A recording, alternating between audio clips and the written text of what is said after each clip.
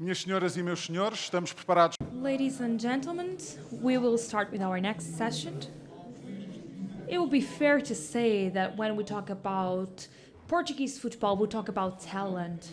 Regarding the talent that we have inside the pitch, that we create and export, we have the best talents on the planet, but that process has also been adapted to what happens outside the field. Today we had two clear cases of that talent with Tiago Pinto, the director of Roma, and Helena Costa, the responsible for recruitment for Watford. And our next guest was one of the pioneers regarding the club management and leagues and institutions when it comes to football, that not only showed his excellency in his work, but it also gave opportunities for other Portuguese to go outside and shine. As an immigrant myself, for 20 years, I feel this. It's an added value to be able to speak with these huge stars that are shining outside and are representing Portugal in such a magnificent way, and that is the case of our next guest. And I would like for you to give a warm welcome for our next guest, Antero Henrique, Qatar Stars League Sporting Director. Antero, welcome. And I was telling you this previously, it's not only here, we are excited to hear all the knowledge and experience that you have to share. A lot of years in the highest level in Portugal and also abroad. We will have the opportunity, as you see the time. Before you start talking with Rui, I would like to ask to come here, the president, to give you a small gift to show our appreciation for you being here. Thank you so much.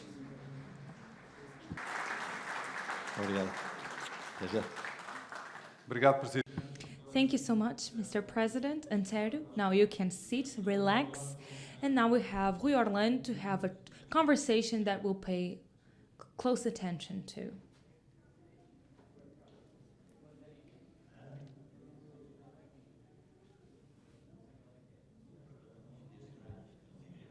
Good morning. Good afternoon. It's already afternoon. After all of these compliments that Antero Henrique has been hearing, it serves as almost a framework of this conversation that is framed on the context of Qatar Stars League and his role today, and will be a guide for this conversation. Antero starts in Qatar Stars League in March 2022 in the World League. People were investing in Qatar and also in the development of the country itself. And it arrives to Qatar in a situation that I know if it's something unique worldwide, but it's really rare at least, as the sporting director of a league, a professional league. What's this challenge, and what skills does the sporting director need to meet the goals that are required? Good afternoon, everyone. It is a pleasure to be here, surrounded by so many friends, and thank you so much to our friend who complimented me, but he's excused. And regarding the question, it is a really different challenge, completely different challenge. And in the beginning, it won't make sense because a sporting director is something that doesn't make sense, because a sporting director, it's normally related to agencies and clubs. But what the Stars League felt it needed was to make process uniform and create an organic development where all of the components of the process were aligned, so to say. So a profile that could complete someone that had enough knowledge to manage all of those functions, not also on core, but also on support levels, such as sport services, to gather conditions that the football can exist in its best form. Taking into consideration that there are certain elements that you won't be able to negotiate, such as the coach, and then develop the idea in a coordinated way. I remember that I read back then that what was announced, the hiring, that Qatar League chose really carefully the profile of their sporting director, and it was absolutely safe that they felt that they found the perfect match for that project. The experiences you had briefly as a manager, Porto and Paris Saint-Germain, and also how close you were for the Qatar Sports investment, that probably made you somewhat visible. Do you think that affected in the recruitment? This is a public role. It's related to the government. I thought it was interesting because I was in a club that was a seller, and the market that was a seller market, and I was in a market that was a buyer. So Paris Saint-Germain, it's a buyer, but the market is still a seller. This gathering of experiences contributed for me to be selected. Nowadays, as we all know, all of these roles, there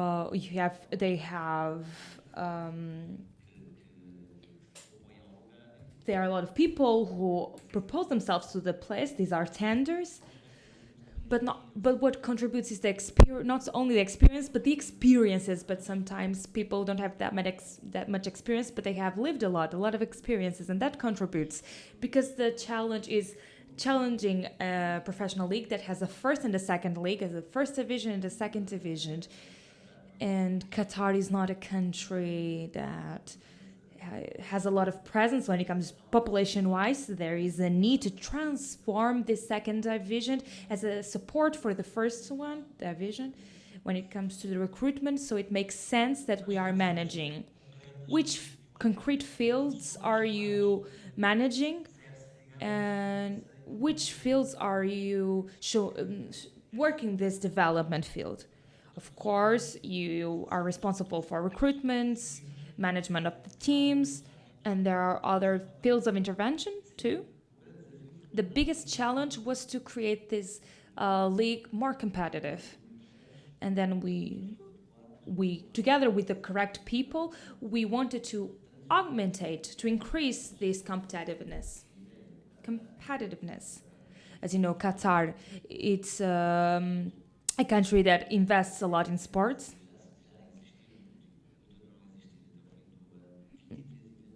There are 23 events of ATP, WTA, Formula One. It's a country that really invests in sports. It's a country that enjoys sports, that loves sports, and football now is emerging as a more visible unit as in the world of sports. And when Qatar is investing not only in people, but also in processes, in infrastructures, it shows that this is important in this world platform where football is a bit not isolated, but independent from society.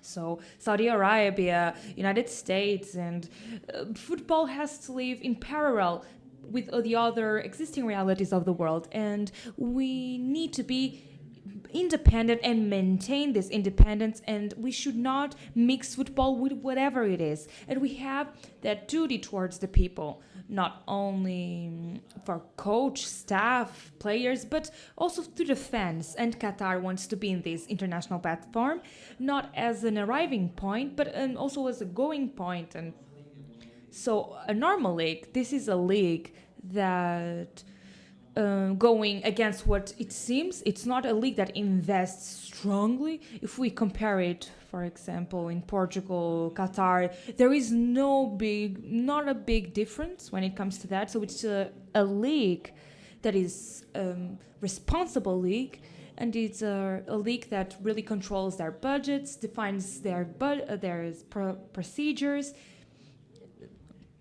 and then it wants to recruit according to the needs and following a plan and a timeline that was previously planned. And that's when the league is present, not only in approving any active, that coach, staff, that comes to the country, but also on defining processes together with the clubs, so that scouting can be a normal process, elaborating rankings, for example, so that all of these processes are reoccurring in a logic way, and of course, so this league regulates the market when it comes to hiring. It works. It's a regulator that definitely works. So, can the league have vitas? It does. In England, you have certain criteria. Here, it matters to the value of the player in the market to fulfill that mission, to be also the main criteria. It's skill. We are exporting here in Portugal players that are quite skillful. Our talent works. And what we want there, the first thing that players must meet is they need to be good, and then we have others such as there isn't any, when you validate processes, for example, a club that has a really huge budget and other clubs that are smaller in Saudi Arabia, for example, in Qatar and Arabia, there is a smaller gap when it comes to market value. The last classified and the first classified, the market value it's multiplied by 6. In Portugal, it's multiplied by 35. So there's a big gap. But we need to take into consideration and look closely for the criteria, because the budgets are not the same. There's a really big difference when it comes to the budgets, from the ones on the front lines and one on the back lines. Is that in accordance to the budgets? These budgets are being elaborated when it comes to the structure of the club and also the merit of the club on the season. These are logical budgets when it comes to their construction. When we talk about the value of Qatar Stars League, we want it to be a realistic league. It's not an arriving point. We know that there are markets where players come, and as big as their salaries are and their impacts are, their market value is quite low. So what we want, the market value of the people who are arriving to Qatar, is a realistic value, a realistic number. And when it comes to age, it might be quite surprising, but our average when it comes to age is the same one when it comes to England. And it's 1 year above the Portuguese one.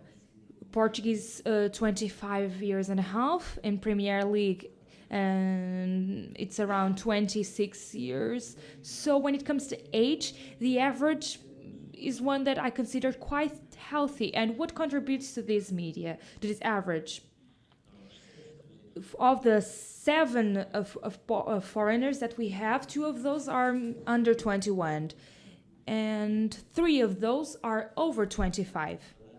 So we can give these conditions so that they have better performance, and that the league is a league that can be present in international platforms where other professional leagues are participating.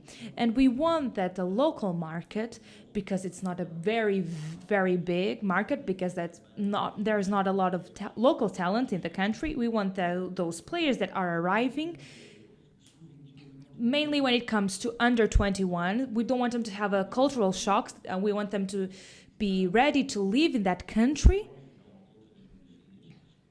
So we want that this talent that we are incorporating to helps to develop the local talent, more competitiveness.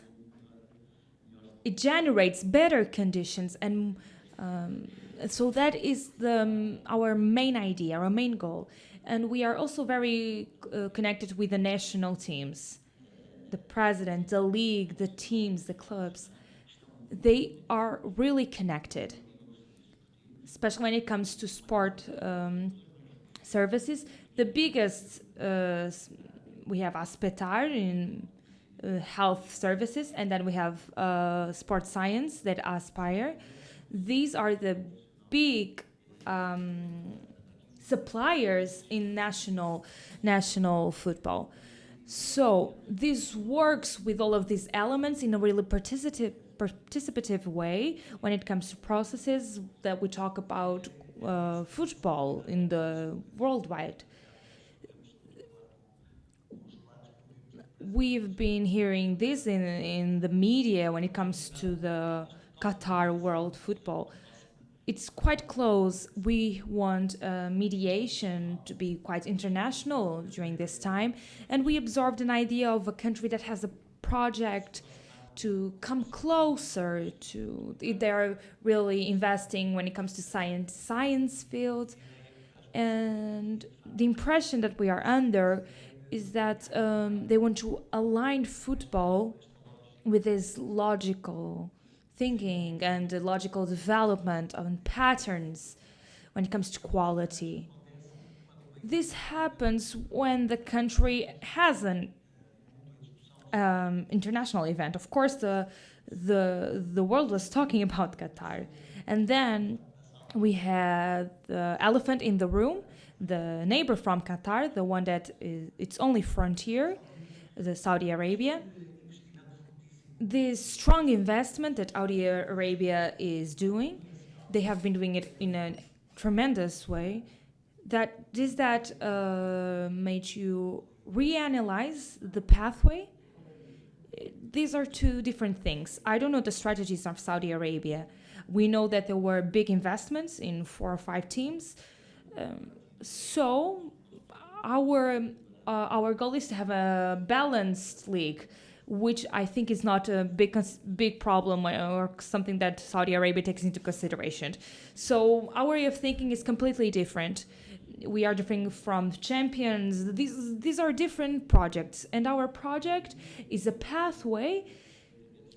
It has clear guidelines, and we don't want to change it because there are bigger investments. We want to have a realistic league, and we want to keep on building this realistic league. And this country, when it comes to football, has a logic behind it. In 2022, we had World Cup. Then we ended 22-23. And now we have the Asian Cup in February 2024. So it is a country that is quite alive when it comes to being present in the worldwide framework. And it has it loves sports. Football is only a small piece of this big puzzle.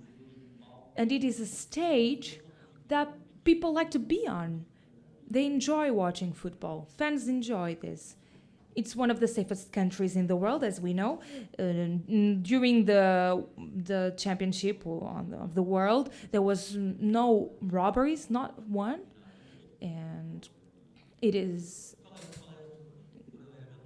What is the business model of football in Qatar? Is it sustainable yet? It is sustainable. The clubs are public. And then it has, of course,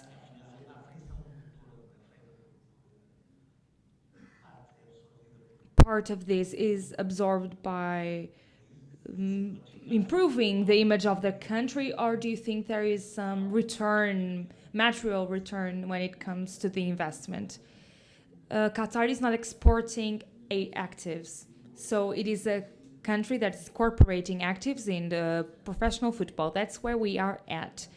Of course, in the future, That'll be a more a commercial matter. That'll be more present when it comes to coach, players. And as I said, coach for us is the coaches are very important. They are the centerpiece.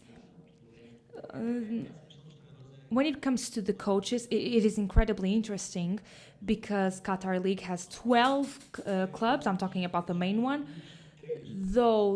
Three of those coaches are Portuguese. One is from Argentina, Herman Crespo. They have 2 Spanish coaches. They have a Qatari coach, 2 Qatari. And the following are from different nationalities.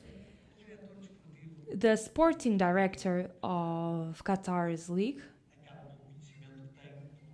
because it worked with Portuguese coaches and mobilized them. Do you think you keep more cultures? We have African, we have Northern American. Do you think keeping more cultures, is that a strategy? Of course. I think that most of you know, we have over 200 coaches, Portuguese coaches working abroad. And Qatar having 3 plus 220 coaches, it's not a big number. But what we really want by having our coaches with different cultures, different experiences, different levels of perspectives and preparation, we want the country to grow when it comes to that, to bring new discussions and the way that coaches are interacting. We are really concerned when it comes to management and technical level staff and players. We want there to be a big sharing of knowledge and a big discussion of topics so that we are all aligned, that we have an axis where we identify the development of football in Qatar.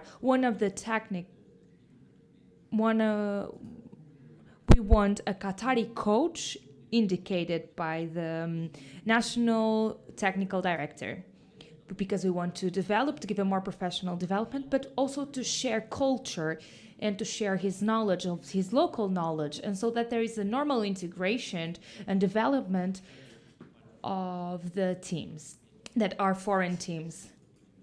Also, this national local director is very important because he's present in a lot of the moments in different stages, and the coach is indicated by him too, because we want to develop and make sure that our teams are cohesive in a human level, but also in infrastructures.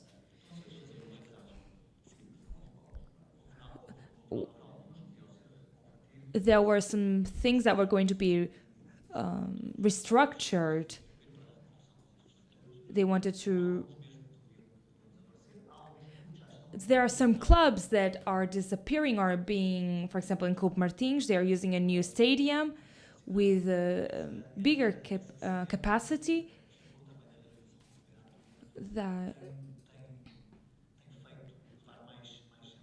Do you think that this is bringing more people to the stadium? Because there is not many people in Qatar leaving to go. I don't know if the distance people prefer. For example, people are not going to the cinema; they're watching Netflix, and it happens the same thing in Qatar. The experience of being at the stadium is something that it's still not happening, but we'll get there.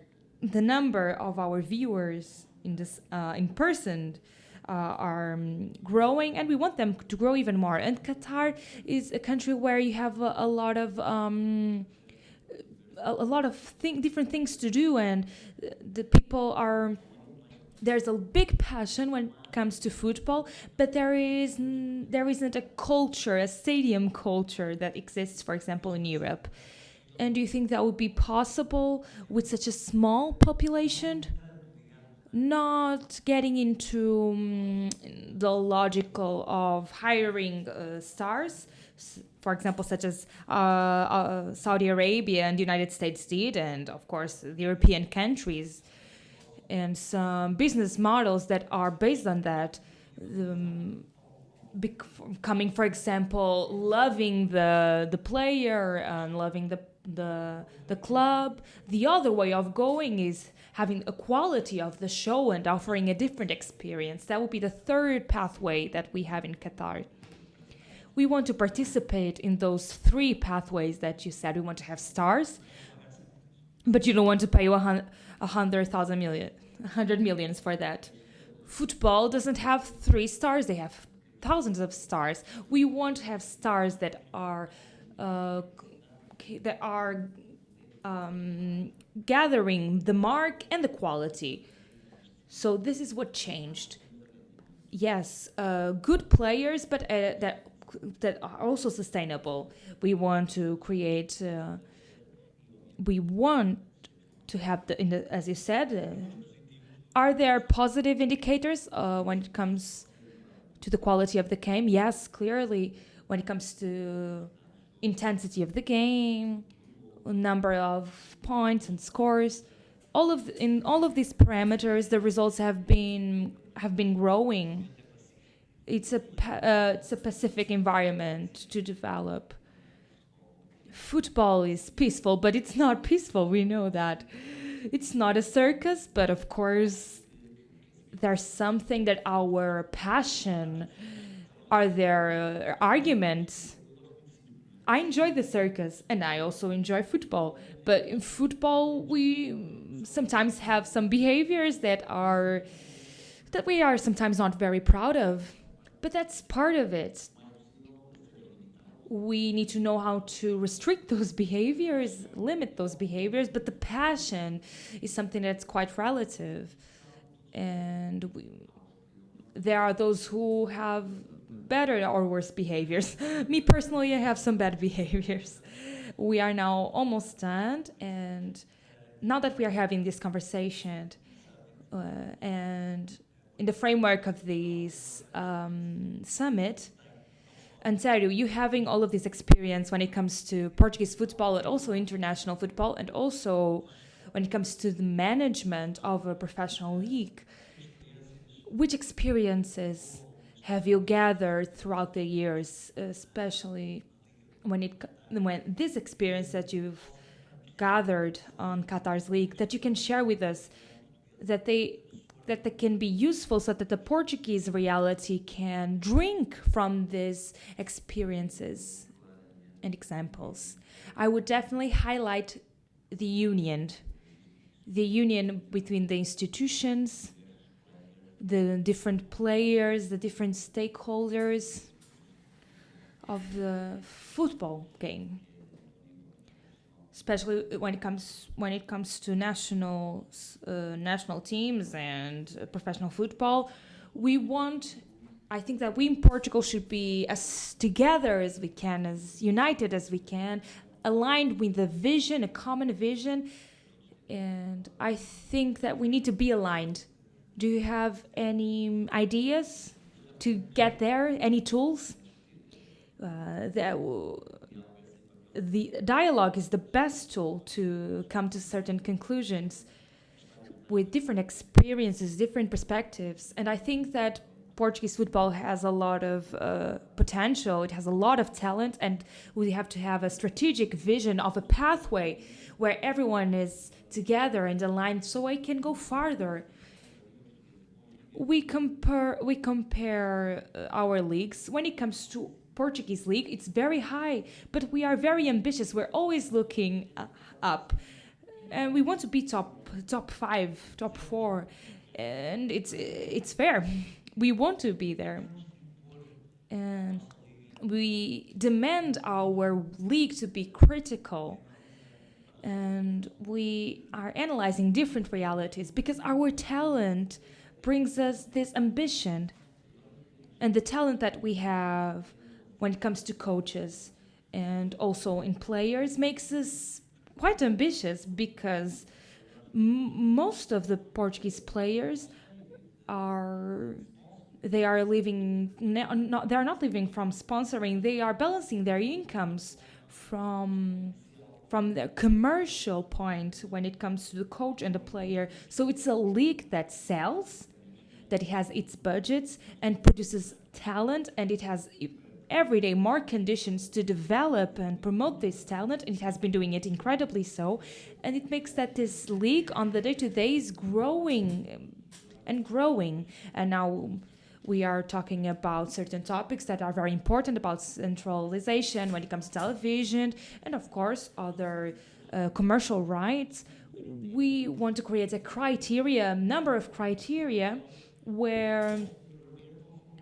that are benefiting the clubs, the professional clubs, and then the clubs that support these clubs. The talent that you have in the national football, do you think that we can bring the mark and we can make numbers sustainable in national market? We sell. It's excellent when it talks about selling, but there are certain things that are complicated. The players that are the 100 million players are failing, which is quite scary. We need to make our global market realistic. How can we get there? How can we get income? We need to make these questions and discuss them to get to the best conclusion possible. And there is a really important tool that is the creation of B teams. This allowed coaches and players to develop, and it is incredibly important. And we see, for example, under 21, what happened when previously B teams and after B teams. So this was the team that happened in the right moment so that the Portuguese football could go higher, especially when it comes to exports. Antero, our time is up. I would like to ask you way more, but it was a pleasure to be here with you and to share this moment with you. Thank you. Vou esquecer aqui.